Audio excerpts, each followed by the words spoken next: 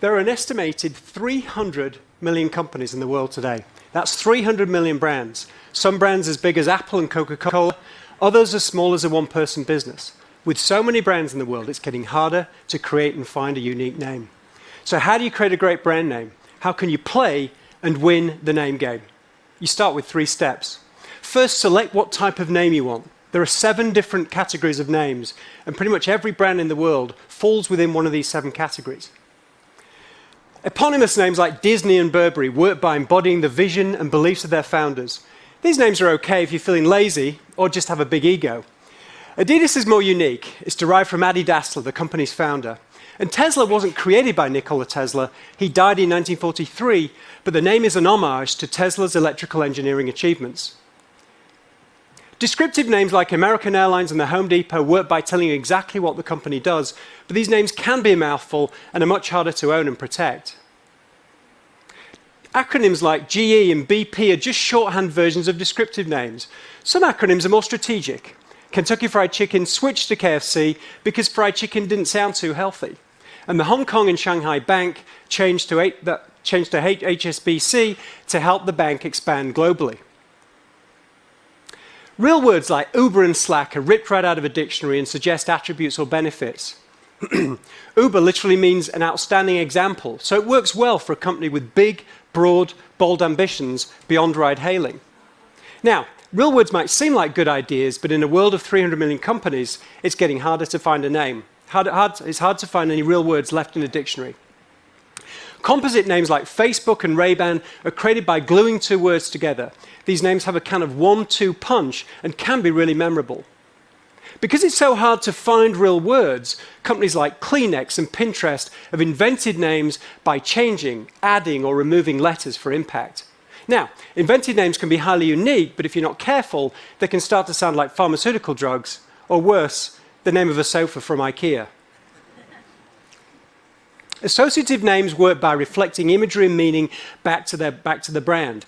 The Amazon in South America is the world's largest river, therefore the Earth's biggest selection of books, clothes, content, and so on. Sirius is the brightest star, therefore the radio channels where you can hear the brightest stars of music and entertainment. And Red Bull associates to a drink with bull-like qualities such as power and confidence. Some brands are derived from non-English languages, like Samsung, which means 3 stars in Korean. Lego means play well in Danish. Zappos comes from the Spanish word zapatos, for shoes. And Hulu comes, I bet you didn't know that Hulu actually comes from a Chinese proverb. A hulu is a bowl used to store precious things. Finally, the 7th type is abstract names.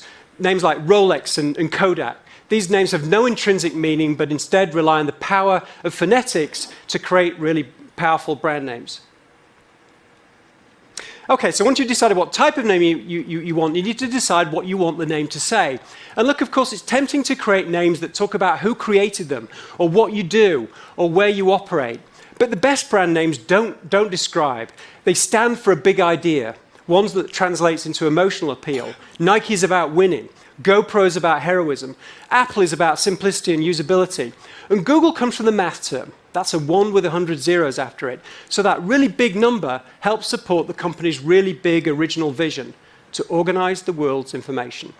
So as you think about your new brand, think carefully and ask yourself, what's your big idea? The 3rd step is to check the name isn't already taken. You might have to create hundreds of names, perhaps thousands, before you find one that's even available. And of course, don't forget to check the name doesn't mean anything negative in other languages or countries. The last thing you want is an embarrassing naming fail, like this brand of toilet paper from Sweden.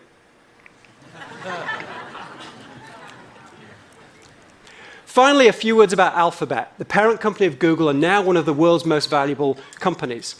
Much has been said and written about the business strategy, but I'll say a few words about the name. Is Alphabet a great name? You bet. First of all, the name is an idea. As we all know, an alphabet is a set of letters that forms the basis of all language and communication. Second, the name provides a playful link back to the companies underneath. G for Google, C for Calico, N for Nest, X, and so on. Third, the name encourages Wall Street investors. Buy this stock and you're making an alpha bet, one that will outperform others. And last of all, the name is a real dictionary word, which is a rare find these days. Now, there was only one issue with Alphabet.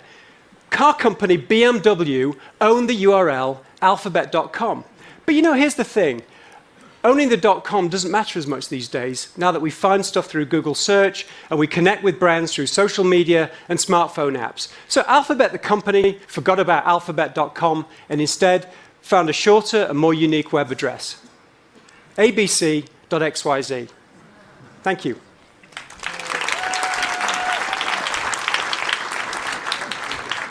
Thank you, Jonathan.